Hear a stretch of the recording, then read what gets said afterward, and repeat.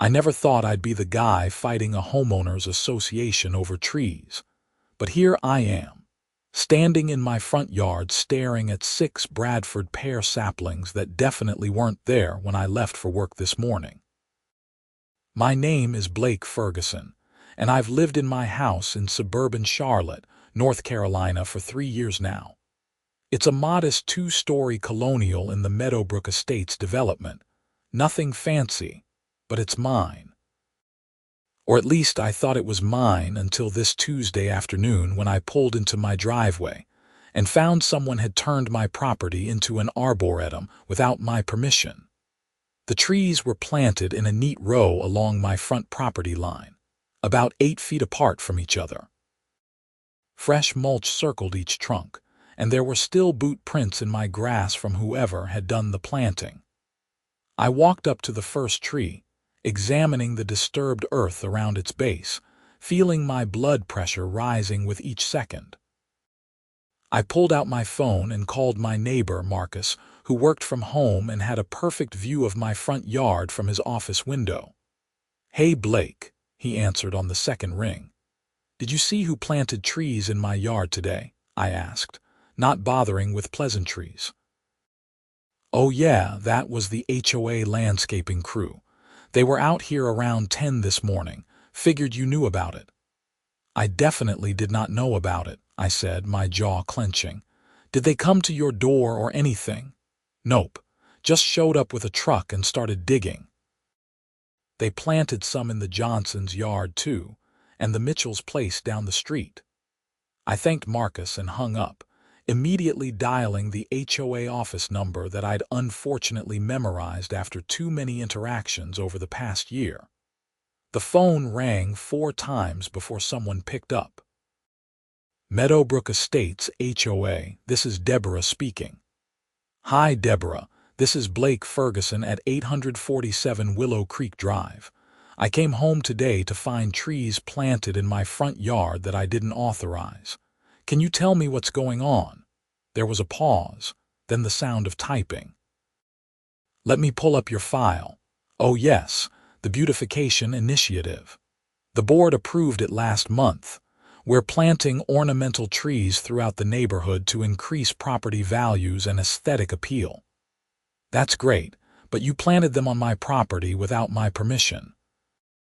"Mr. Ferguson, according to the HOA covenant you signed when you purchased your home, the association has the right to maintain and improve common areas and property frontage for the benefit of the community. My front yard isn't a common area. It's my private property." More typing sounds came through the phone. "The covenant defines property frontage as extending 20 feet from the street, which falls under HOA jurisdiction for appearance standards. The trees were planted within that zone. I felt like I was talking to a brick wall. I want them removed, today." "I'm afraid that's not possible, Mr. Ferguson. The board has already allocated funds for this project, and the trees are part of the approved landscape plan. Removing them would be considered vandalism of HOA property. They're on my property." I was raising my voice now, something I rarely did. "As I explained, the covenant grants us authority over that area. If you have concerns, you can submit them in writing to the board for consideration at next month's meeting. Is there anything else I can help you with today?" I hung up without answering, too frustrated to continue the conversation. I stood there in my driveway, looking at these uninvited Bradford pears, and felt something inside me snap. I'd dealt with this HOA's nonsense for 3 years. First, it was a warning about my mailbox being the wrong shade of black. Then it was a fine because I left my trash cans visible from the street for more than 12 hours after pickup. Last year, they sent me a cease and desist letter because I hung a bird feeder they claimed violated the no external decorations clause. But this was different. This was them coming onto my property and changing it without even asking me. I walked into my garage and looked at my tools. My chainsaw hung on the wall, right next to my axe and splitting maul. An idea formed in my head, probably not a smart one, but I was beyond caring about smart at this point. I spent the evening researching property law in North Carolina. I pulled up my deed, my survey, and the HOA covenant documents I'd signed at closing 3 years ago. The covenant was 78 pages of dense legal language that I'd stupidly just skimmed and signed because my realtor said it was standard. I read through it carefully this time, looking for the section Deborah had mentioned. I found it on page 43 under Architectural and Landscape Standards. The language was deliberately vague, talking about maintenance of visual harmony and association rights to preserve property values. There was indeed a section about frontage, but it primarily dealt with grass maintenance, approved plantings by homeowners, and restrictions on fencing. Nowhere did it explicitly state that the HOA could plant trees on private property without owner consent. The more I read, the more convinced I became that they'd overstepped their authority. But I also knew that fighting them legally would cost me thousands in attorney fees, and the HOA had deep pockets funded by everyone's dues. I made my decision around 11 that night. If they could take matters into their own hands, so could I. Wednesday morning, I called in sick to work. I don't usually do that, but my job as a software developer could survive without me for a day. This couldn't wait. I wanted those trees gone before the HOA could mobilize any kind of response. At 7 in the morning, I was in my front yard wearing safety glasses and work gloves, with my chainsaw gassed up and ready. The sun was just coming up, painting the sky pink and orange. It would have been peaceful if I wasn't about to commit what the HOA would probably consider a war crime. I started with the tree closest to my driveway. Bradford pears are soft wood, and these were just saplings, maybe 6 feet tall and 3 inches in diameter. The chainsaw cut through the trunk in seconds.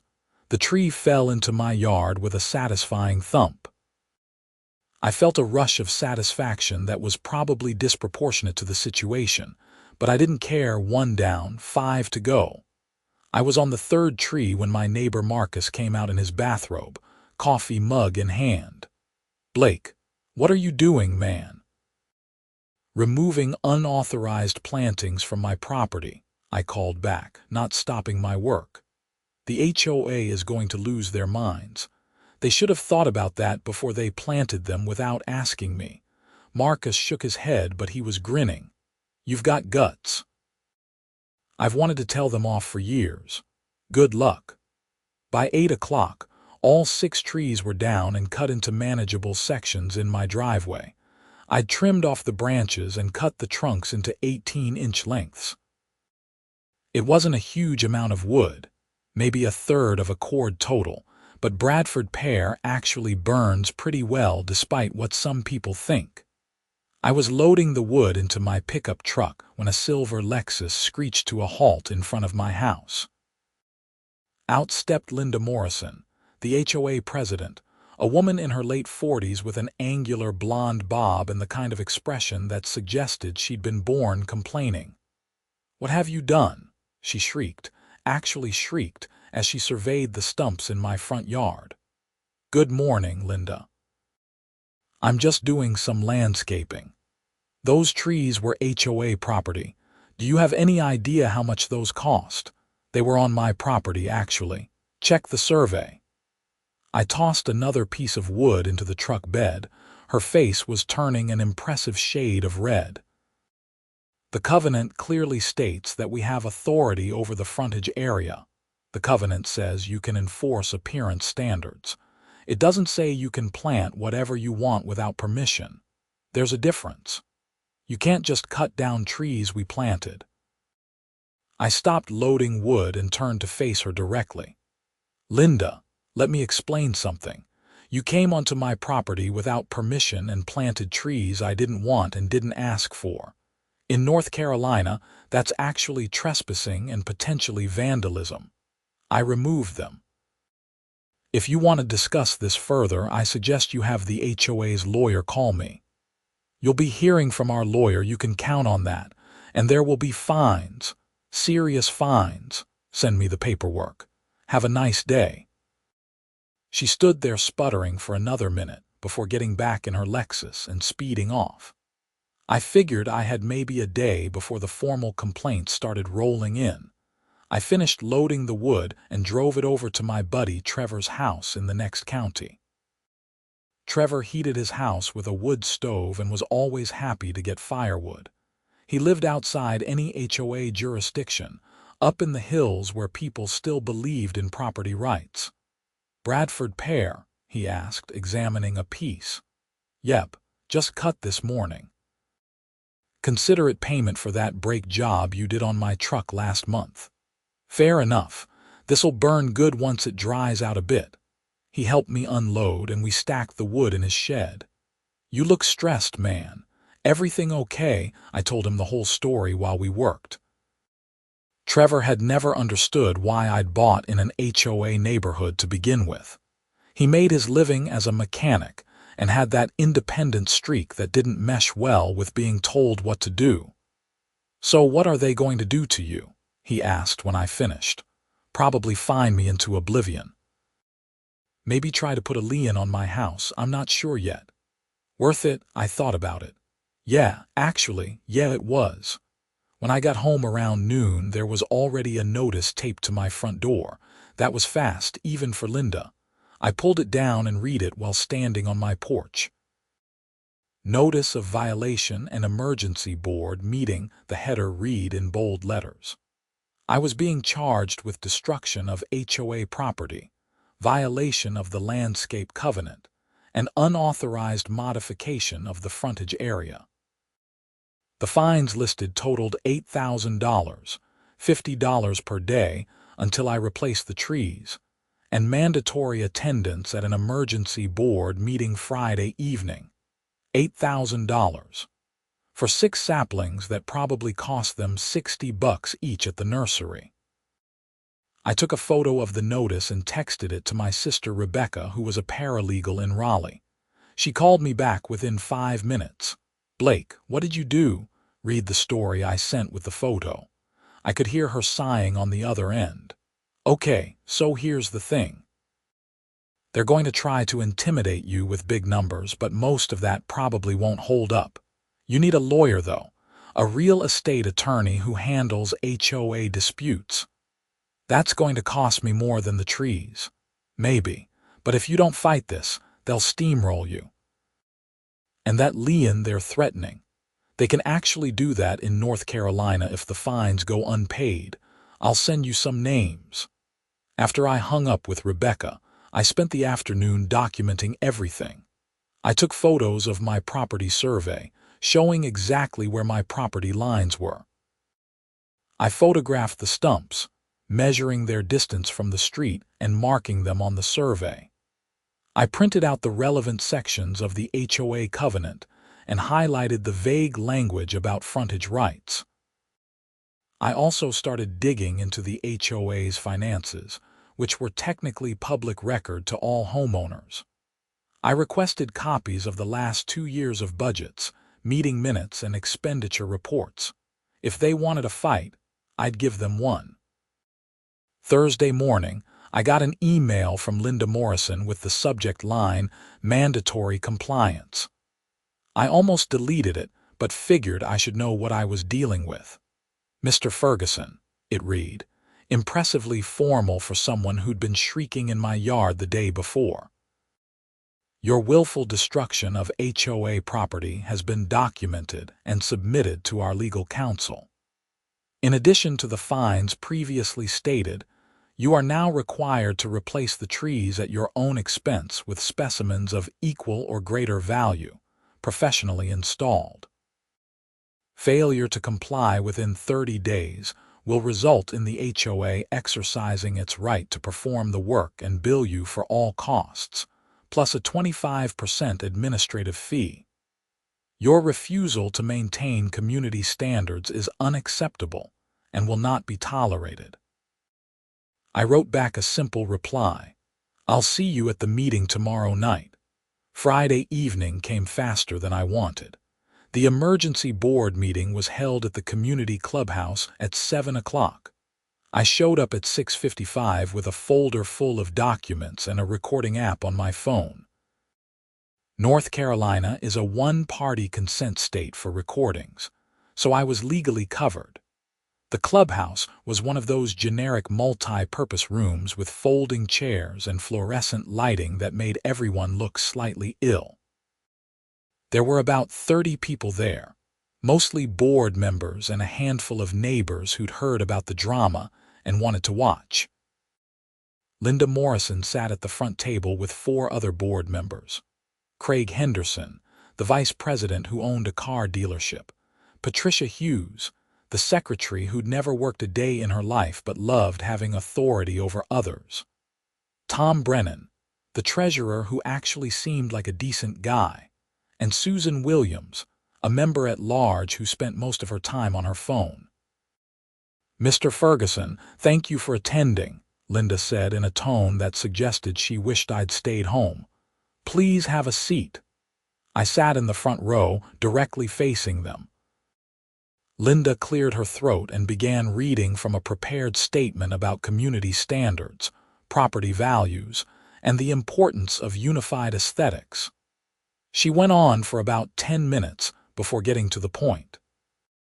On Tuesday, October 15th, the HOA executed a board-approved beautification initiative, planting Bradford pear trees along the frontage of 17 properties in Meadowbrook Estates.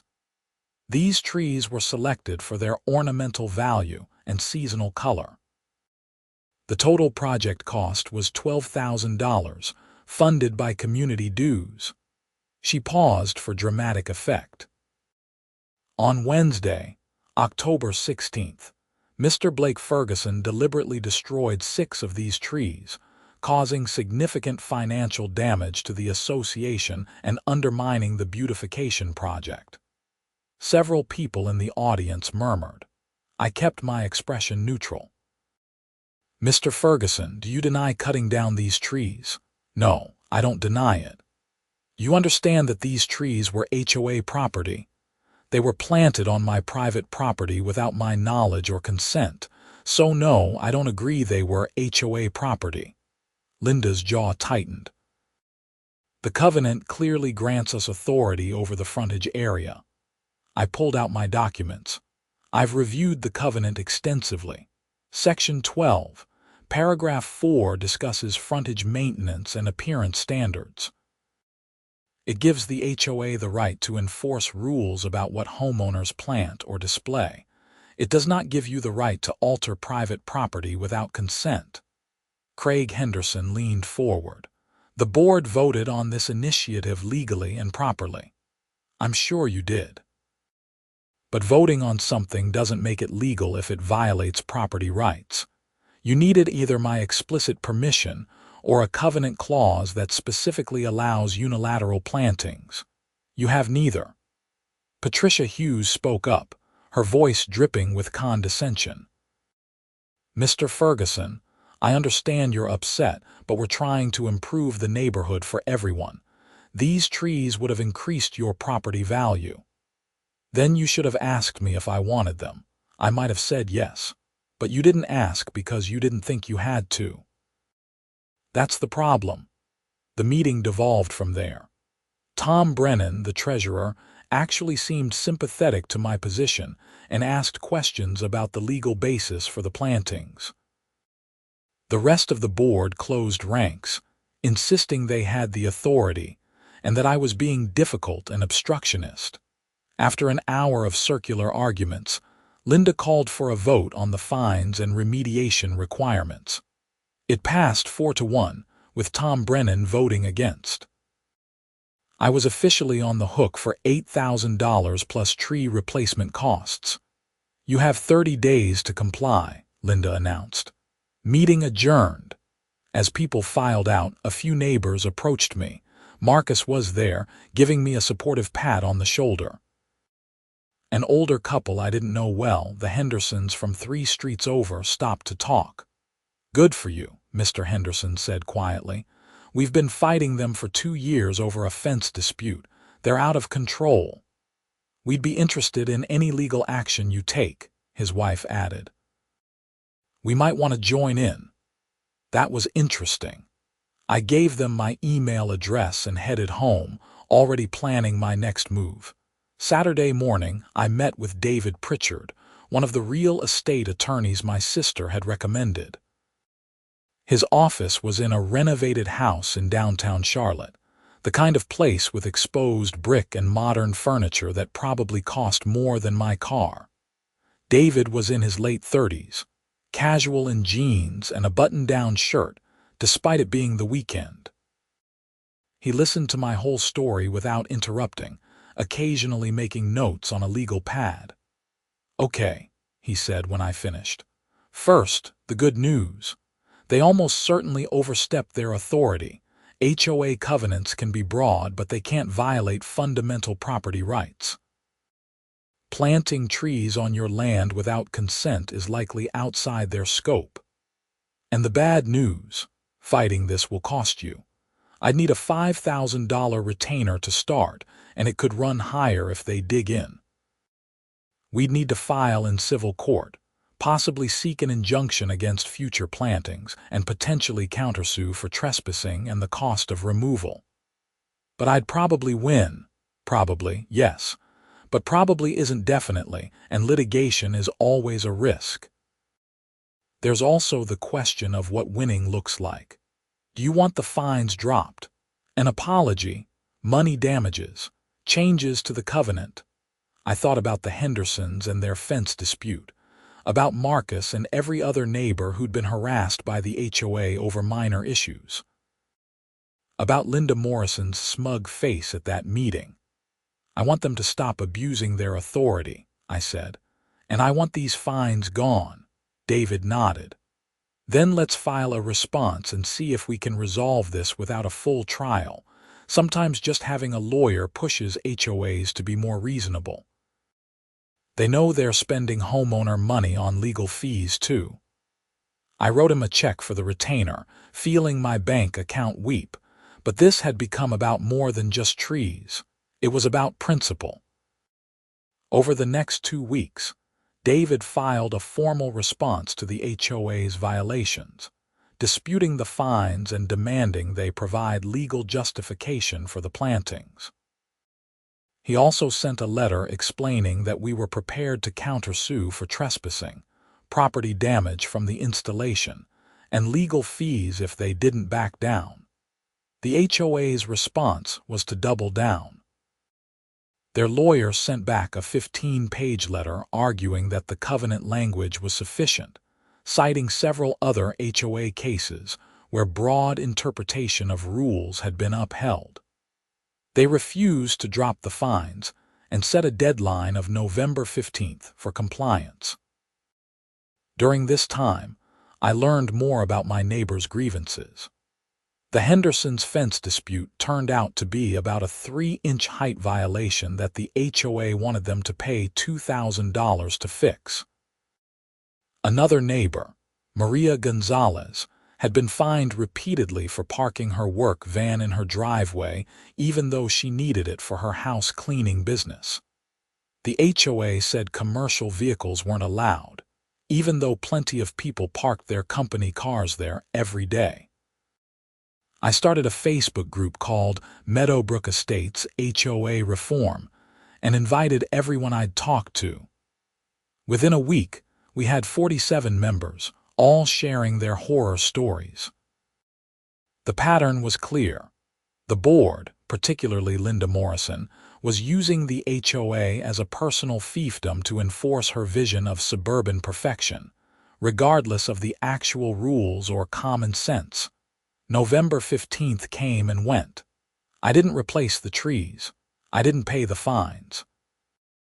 The stumps were still in my yard, and honestly, I was thinking about grinding them down and planting grass, but I left them as evidence. On November 20th, I received a notice that the HOA was placing a lien on my property for non-payment of fines. now totaling $9,500 with late fees. David immediately filed for an injunction in Mecklenburg County Court to block the lien until the underlying dispute could be resolved. We got a court date for December 8th, which felt both too far away and too soon. I spent Thanksgiving with my parents in Asheville, and my dad, usually a quiet guy, had surprisingly strong opinions about the situation. "You know what you should do," he said over turkey. "Run for the HOA board yourself, beat them at their own game." "Dad, I don't have time to be on an HOA board." "You're spending time fighting them anyway. Might as well make it productive." He had a point, but I was too deep in the legal battle to think about politics. December 8th arrived cold and gray. The courthouse was downtown, a modern building of glass and steel that always made me feel small. David met me outside at 8:30 in the morning, briefcase in hand and wearing his actual lawyer suit this time. "Remember, let me do the talking," he said. "Answer questions if the judge asks you directly, but keep it brief and factual." The HOA was represented by their attorney, Marcus Webb, a partner at one of Charlotte's bigger firms. He looked expensive in his tailored suit and designer glasses. Linda Morrison sat behind him in the gallery, along with Craig Henderson and Patricia Hughes. Judge Raymond Carter presided, a black man in his 60s with gray temples and a no-nonsense demeanor. He'd been on the bench for 20 years according to David's research, and he didn't have much patience for HOA overreach. The hearing started with Marcus Webb presenting the HOA's case. He argued that the covenant gave them broad authority over aesthetic matters, that the frontage provision was standard, and that I'd acted destructively and in bad faith by removing the trees. "Your Honor, Mr. Ferguson had ample opportunity to raise concerns through proper channels. Instead, he took the law into his own hands and destroyed property that the HOA had legally installed to benefit the community." David stood up for our side, and I was impressed by how he'd organized everything. He walked the judge through the exact covenant language, showing how the frontage provision dealt with maintenance and standards, not unilateral alterations. "Your Honor, this isn't about enforcement of existing rules. This is about the HOA claiming authority it doesn't have.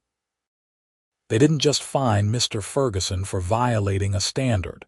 They actively changed his property without consent and then claimed ownership of those changes. That's not community governance. That's property appropriation."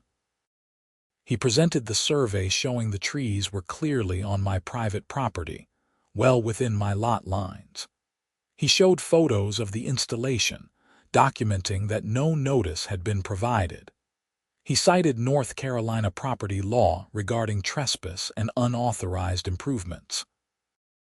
Judge Carter listened carefully, asking occasional questions. When David mentioned the $8,000 fine for 6 saplings, the judge's eyebrows went up. "Mr. Webb, can you explain how the HOA arrived at $8,000 in fines for this violation?" Marcus Webb shuffled his papers. "The amount reflects the serious nature of the violation, Your Honor. The trees cost approximately $700 each when you factor in installation and landscaping. But the violation notice says the fine is $8,000, not $4,200. Where's the additional amount coming from? There's a base fine for unauthorized modification, plus daily accrual fees, plus remediation costs. Isn't that punitive rather than compensatory? The HOA has broad discretion in setting fines under the covenant, Your Honor." Judge Carter didn't look convinced. He called a 10-minute recess to review the documents, and we all filed out into the hallway. Linda Morrison walked past me with a cold stare. "You're destroying this community," she hissed. "I'm just protecting my property," I replied calmly.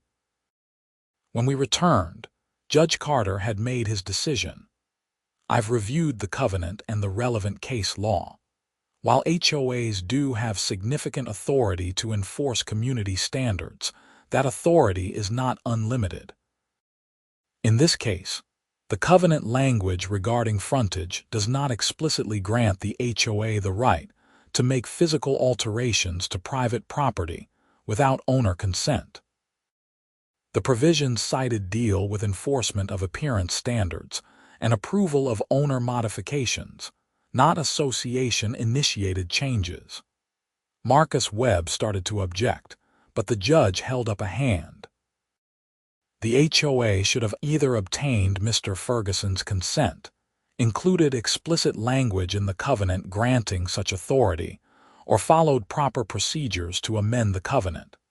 They did none of these things. Therefore, the trees were planted without legal authority, and Mr. Ferguson was within his rights to remove them. I felt David relax slightly next to me. Furthermore, the fine structure appears punitive rather than compensatory. $8,000 for 6 saplings is excessive by any reasonable standard. The lien is dissolved and the fines are vacated. Mr. Ferguson is not required to replace the trees. Each party will bear their own legal costs. The gavel came down and it was over. We'd won. Outside the courthouse, David shook my hand. That went as well as we could have hoped. The judge saw right through their arguments. So it's really done. The lien and fines, yes, they could appeal, but I don't think they will. This was pretty clear-cut once the judge looked at the actual covenant language. I drove home feeling lighter than I had in weeks. When I pulled into my driveway, Marcus was outside and came over immediately. Well, we won. Fines are gone, lien is dissolved. Yes, man, that's awesome. Linda is going to be pissed. Linda is going to have to deal with it. That evening, I posted an update in the Facebook group. The response was overwhelming. People were congratulating me, sharing the post, and suddenly talking about organizing to change the board composition at the next election. But Linda Morrison wasn't done with me yet. 2 days after the court decision, I came home to find my mailbox knocked over. It was lying in the grass, the post broken at the base. It could have been an accident, but the timing felt suspicious. I filed a police report, more for documentation than anything else. The officer who took the report was sympathetic but honest. Might have been kids, might have been an accident. Unless you've got video footage, there's not much we can investigate. I didn't have video footage then, but I ordered a doorbell camera that night. The next week, I received a violation notice for my broken mailbox. According to Linda Morrison, it violated the community appearance standards and needed to be replaced within 7 days or I'd face a $50 daily fine. I called David, who laughed. They're trying to find other ways to get at you. Fix the mailbox and document that you did it. Don't give them ammunition. I replaced the mailbox that weekend, making sure to photograph the old one and the new one with timestamps. Then things escalated in a way I didn't expect. In January, the HOA announced that dues were increasing by 40% for the next year. The reason given was increased legal and maintenance costs. The timing wasn't subtle. They were making everyone pay for their legal loss. The Facebook group exploded. People were furious, and not just at me for causing the situation, but at the board for their handling of everything. The annual meeting where homeowners could vote on the budget and board members was scheduled for February 10th, and suddenly, a lot of people were interested in attending. I spent January organizing with other frustrated homeowners. We created a slate of candidates to challenge the existing board members. Tom Brennan, the treasurer who'd voted against my fine, agreed to run for president. Maria Gonzalez, the woman with the work van, agreed to run for secretary. We found 3 other reasonable people for the remaining positions. Linda Morrison and her allies campaigned hard, sending out mailers about fiscal responsibility and property values. They painted me as a troublemaker who didn't respect community standards. They warned that removing the current board would lead to chaos and declining home prices. But they'd underestimated how many people were tired of their overreach. The February 10th meeting was packed. The clubhouse was designed for maybe 50 people, and at least 80 showed up. People were standing in the back and sitting on the floor. The meeting started with the usual reports, Linda trying to maintain control. But when it came time for the budget vote, person after person stood up to object to the 40% increase. "This is punishment for your legal loss," one man said bluntly. "You spent HOA money on a losing case, and now we're all paying for it." Linda tried to defend the increase, but the room wasn't having it. The budget was voted down, which meant the previous year's budget would roll over with a standard inflation adjustment. Then came the board elections. Linda Morrison ran for president again, but Tom Brennan won with 78% of the vote. Craig Henderson was out. Patricia Hughes was out. Susan Williams chose not to run again. By the end of the night, we had a completely new board except for Tom, who everyone actually liked. Linda Morrison's face as the results were announced was something I'll never forget. She looked like someone had told her the world was ending. She gathered her things and left without a word, Patricia Hughes following behind her. The new board's first meeting was a week later. I attended as a homeowner, sitting in the audience as Tom Brennan led the proceedings. The difference in tone was immediate. Tom was collaborative, asking for input, actually listening to concerns. One of their first actions was to review the controversial covenant provisions.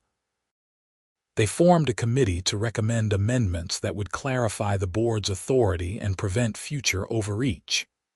I was asked to serve on it, along with 5 other homeowners including the Hendersons. Over the next few months, we worked on cleaning up the covenant language. We made it clear that any plantings on private property required owner consent. We reformed the fine structure to make it proportional to actual damages. We created an appeals process for homeowners who felt they'd been treated unfairly.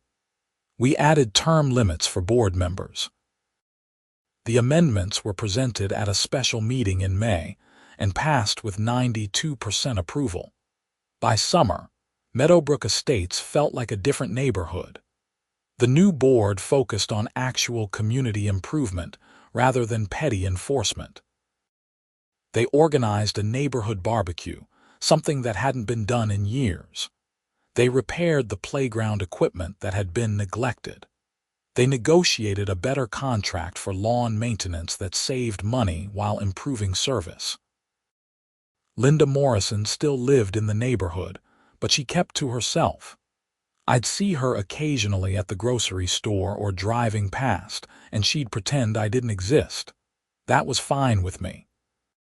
In August, almost a year after the tree incident, I was working in my yard on a Saturday afternoon when Maria Gonzalez stopped by. She was now the HOA secretary and had become a friend through all of this. "You'll appreciate this," she said, showing me her phone. "Remember that beautification initiative that started all this?" Hard to forget. Turns out Linda approved the spending without proper board votes. Tom's been going through the old financial records, and there are irregularities all over the place. Nothing huge, but a pattern of unauthorized expenditures. Is he going to do anything about it? He's documenting everything. If it rises to actual fraud or embezzlement, he'll have to report it, but it looks more like sloppy governance and self-dealing. She steered a lot of contracts to companies her friends owned. I wasn't entirely surprised. The authoritarian approach to running the HOA had probably extended to the finances as well. How much are we talking about? Over the 3 years she was president. maybe $30,000 in questionable spending. The landscaping contract alone was overpriced by about 40% compared to market rates. The company owner plays tennis with Patricia Hughes. What happens now? Tom's going to present it at the next meeting. Probably demand that Linda and the old board members pay it back if they can't justify the expenses. If they refuse, the HOA might sue. That meeting happened in September. I attended out of curiosity and a sense of completion. Tom presented his findings professionally and without drama, showing spreadsheets and contracts and comparable bids. The evidence was clear. The previous board had been wasteful at best, possibly corrupt at worst. Linda Morrison and Craig Henderson were both there, having been notified they'd be discussed. Linda tried to defend herself, arguing that everything had been properly approved and that the higher costs reflected quality service. The Bradford Pear Initiative, Tom said, pulling up that specific project. We paid $700 per tree according to the invoice. I called 5 landscaping companies this week and got quotes. The average cost for the same tree, same size, including installation, $220. We used a premium service, Linda said, but her voice had lost its usual confidence. The premium service that's owned by Patricia Hughes's brother-in-law, that premium service. The room went silent. Patricia, sitting next to Linda, turned pale. Tom continued methodically through other examples. The Christmas light installation that cost 3 times the market rate. The clubhouse cleaning contract that paid twice what comparable services charged. The newsletter printing that went to a company that charged premium prices for basic work. In total, Tom concluded, I estimate the HOA overpaid by approximately $28,000 during the previous board's tenure due to improper vendor selection and lack of competitive bidding. Per our covenant and North Carolina HOA law, board members have a fiduciary duty to the association. Breaching that duty can result in personal liability. The room erupted in discussion. People were angry, calling for Linda and the others to pay the money back. Tom let it go on for a few minutes before calling for order. The board is recommending we demand repayment and, if necessary, pursue legal action for breach of fiduciary duty. We need a homeowner vote on whether to proceed. The vote was 93 in favor, 2 against, with Linda and Patricia presumably being the 2. After the meeting, I caught up with Tom in the parking lot. That was intense, I said. Yeah. Honestly, I didn't want to find all that. I was just trying to understand our finances. But once I started looking, I couldn't ignore it. Think they'll pay, Linda might. She's got money. Patricia, I'm not sure about. Craig will probably lawyer up. Either way, it's going to be messy. It was messy. The HOA hired an attorney to send demand letters. Linda Morrison, Craig Henderson, and Patricia Hughes hired their own attorneys to defend themselves. It dragged on for months, with nobody wanting to be the first to admit wrongdoing. Finally, in February of the following year, they settled. Linda agreed to pay $15,000, Craig paid $8,000, and Patricia paid $5,000. None of them admitted fraud, but the payment amount spoke for themselves. The money went into the HOA reserves, and the board announced that dues would actually decrease the following year due to the recovered funds and better financial management. As for me, I ground down those tree stumps in March and planted grass seed. My front yard looked perfectly normal again, like the whole thing had never happened. But the story had spread beyond Meadowbrook Estates. I got emails from people in other HOAs dealing with similar issues, asking for advice. Local news picked up the story when the settlement happened, running a piece about HOA accountability. I even got a call from a state legislator who was working on HOA reform legislation. She wanted to know if I'd be willing to testify about my experience. I agreed, and in April, I spent 2 hours at the state capitol in Raleigh talking to a committee about property rights and HOA overreach. The legislation didn't pass that session, but it got further than previous attempts. The conversation was changing, at least a little. One evening in May, I was sitting on my front porch with a beer, enjoying the warm weather. Marcus came over and joined me, bringing his own beer. "You know," he said, "I've been thinking about that whole tree thing. When it was happening, I thought you were crazy. Fighting the HOA over some saplings seemed like making your life harder for no reason. Yeah, a lot of people thought that. But you were right. They needed to be stopped, and someone had to do it. If you hadn't fought them over the trees, Linda would still be running things, and we'd all still be dealing with her petty tyranny. I didn't do it to be a hero. I was just pissed off. Sometimes that's enough. Being pissed off at the right thing at the right time." We sat there in comfortable silence for a while, watching the neighborhood go about its evening. Kids riding bikes, people walking dogs, normal suburban life without the constant tension that had hung over everything during Linda's reign. The thing nobody tells you about fighting battles like this is that they are exhausting. Even when you win, there's a cost. I'd spent thousands on legal fees that I never fully recovered. I'd spent hundreds of hours organizing, researching, attending meetings. My stress levels had been through the roof for months, but I'd also built real friendships. Maria, Tom, the Hendersons, and a dozen other neighbors had become people I actually knew and cared about, not just faces I waved at. The neighborhood felt like a community now, not just a collection of houses governed by arbitrary rules. In June, the new board organized a neighborhood yard sale and barbecue. It was a beautiful Saturday, and it seemed like almost everyone came out. Kids ran around playing, people set up tables with their junk and treasures, and the HOA provided burgers and hot dogs. I was manning my table, trying to sell some old books and tools I didn't need anymore, when a woman I didn't recognize approached. She was maybe in her 30s, holding a toddler's hand. "Are you Blake Ferguson?" "That's me." "I'm Jennifer Martinez. My husband and I just moved in last month on Oak Street. Everyone's told us about what you did, standing up to the old board. I just wanted to say thank you. We almost didn't buy here because of HOA horror stories we'd heard, but people said it was different now. That's because of you."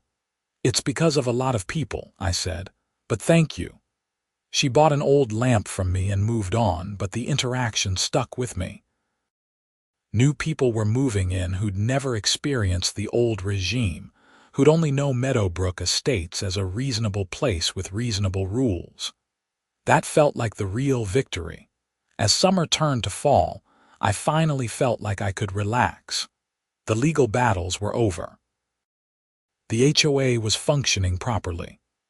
My yard looked good, planted with grass and flowers I'd chosen myself, not trees someone else forced on me. I even sold a little bit more firewood that year, ironically. Trevor had raved about how well the Bradford pear burned once it dried out, and I'd gotten a taste for cutting and splitting wood. I took down a dead oak in my backyard and sold the wood to neighbors and friends, made a few $100 and got a good workout. Not a bad hobby. One afternoon in November, I was splitting wood in my driveway when a car pulled up and a man got out. He was older, maybe 60, wearing jeans and a flannel shirt.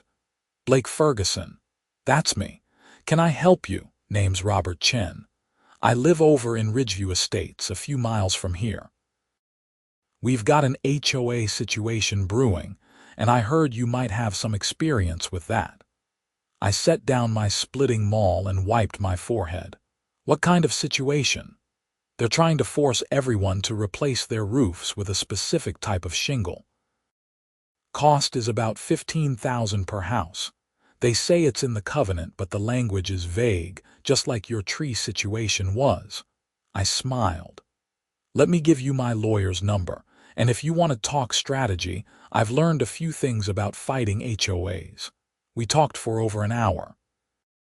I shared everything I'd learned about organizing neighbors, documenting violations, understanding covenant language, and when to get lawyers involved. Robert took notes on his phone and seemed energized by the time he left. "We're not going to let them push us around," he said, shaking my hand. "Thanks for the help." After he drove off, I went back to splitting wood, thinking about how strange life can be. A year ago, I was just a guy trying to live quietly in my house. Now I was apparently some kind of HOA resistance fighter, helping other neighborhoods deal with their own problems. That evening, I got a text from Rebecca, my sister. "Saw you mentioned in a legal blog about HOA reform. You're famous." I looked up the blog post. It was from a North Carolina real estate attorney discussing recent cases and legislation. My case was mentioned as an example of homeowners successfully pushing back against HOA overreach. The attorney praised the judge's decision and noted that it could serve as precedent for similar disputes. Famous might have been an exaggeration, but it was surreal to see my name in a legal context like that. In December, I attended the last HOA meeting of the year. Tom Brennan was wrapping up his first year as president, and the difference from the previous administration was remarkable. The budget was balanced, actually under budget in several categories due to better vendor management. Community satisfaction was way up based on a survey they'd done. Violation notices were down 60%, and the ones issued were for legitimate problems, not petty nonsense. "We're not perfect," Tom said in his year-end report, "but we're trying to remember that we're here to serve the community, not rule over it. That's the change I'm most proud of." The meeting ended with an announcement that the neighborhood holiday lights contest would be judged by kids from the local elementary school instead of the board. It was a small thing, but it symbolized the new approach: less control from the top, more community involvement. As I drove home that night, I passed Linda Morrison's house. It was dark except for a single light in an upstairs window. I wondered how she felt about everything that had happened, whether she'd learned anything or just felt bitter about losing power. I decided I didn't really care. She'd had her chance to lead with integrity and chose differently. Whatever she felt now was her problem to work through. Christmas came and went peacefully. I put up lights that were probably a little excessive, but nobody sent me a violation notice. I enjoyed the freedom of decorating my own property the way I wanted. In January, I got a letter from the state legislature. The HOA reform bill was being reintroduced with amendments based on feedback from the previous session. They wanted to know if I'd be willing to testify again. I said yes. This time, the testimony was better organized. There were several homeowners from different parts of North Carolina, all with stories similar to mine. There were also a few HOA board members who supported reform, people like Tom who understood that good governance didn't require authoritarian control. The opposition was there too, represented by the State HOA Management Association. They argued that reforms would make it impossible to maintain community standards and protect property values. They painted homeowners like me as troublemakers who didn't care about their neighbors, but the committee seemed skeptical of their arguments. After several hours of testimony, the chair thanked everyone and said they'd take it all under advisement. The bill passed committee in February and went to the full House in March. It wasn't everything reformers wanted, but it was progress. It required HOAs to provide advance notice before making physical changes to private property. It capped fines at reasonable amounts related to actual damages. It created a state-level mediation process for disputes before they went to court. The governor signed it into law in April, and it would take effect in July. I got a personal thank you from the bill's sponsor for my testimony and advocacy. By then, Meadowbrook Estates had become something of a model for HOA governance reform. Tom Brennan was asked to speak at a statewide HOA conference about the turnaround. The local newspaper did a follow-up story on how much the neighborhood had improved under new leadership. I kept in touch with Robert Chen from Ridgeview Estates. His neighborhood fought their roof mandate and won, using similar strategies to what I'd employed. They then reformed their board just like we had. He joked that we'd started a movement. Maybe we had. Or maybe we just reminded people that they didn't have to accept unreasonable authority, that collective action could create change, and that property rights still meant something.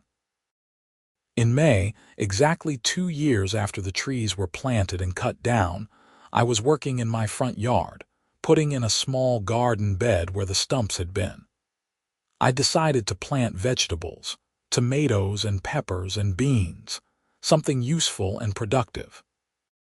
Maria came by while I was working, her work van parked in her driveway without any harassment for the first time in years. "Looks good," she said, examining my garden layout. "Thanks. Figured I'd grow something I actually wanted in that spot. You ever regret it? The whole fight?" I thought about it honestly. The stress, the legal fees, the time, the conflict. Then I thought about the neighborhood now versus what it had been. "No," I said. "I don't regret it. It needed to happen." "Yeah," she agreed. "It did. That summer my garden produced an abundance of tomatoes. I gave them away to neighbors, including Marcus, the Hendersons, Tom, Maria, and a dozen others. Fresh vegetables from the spot where Linda Morrison had tried to plant her unauthorized trees. It felt like the right ending to the story, growing something good where there'd been conflict. The HOA was functioning properly now, focused on actual community needs instead of petty control. The neighborhood was genuinely pleasant to live in. And I'd learned that sometimes standing up for yourself, even over something as simple as unwanted trees, could catalyze change far beyond what you originally imagined. I never did get paid for that Bradford pear firewood. Trevor just took it as payment for previous favors. But the whole experience gave me something more valuable than a few $100. The knowledge that I could fight back against unreasonable authority and win, that communities could reform themselves when enough people cared, and that property rights still mattered when you were willing to defend them. The stumps were gone, replaced by tomatoes and peppers. Linda Morrison was gone from power, replaced by reasonable people. The old authoritarian HOA was gone, replaced by something that actually served the community. And I was still there in my house at 847 Willow Creek Drive, living peacefully in a neighborhood that had remembered how to be a community instead of a dictatorship. Sometimes you have to cut down a few trees to see the forest clearly. In my case, those 6 Bradford pears were exactly what needed to fall for everything else to grow better.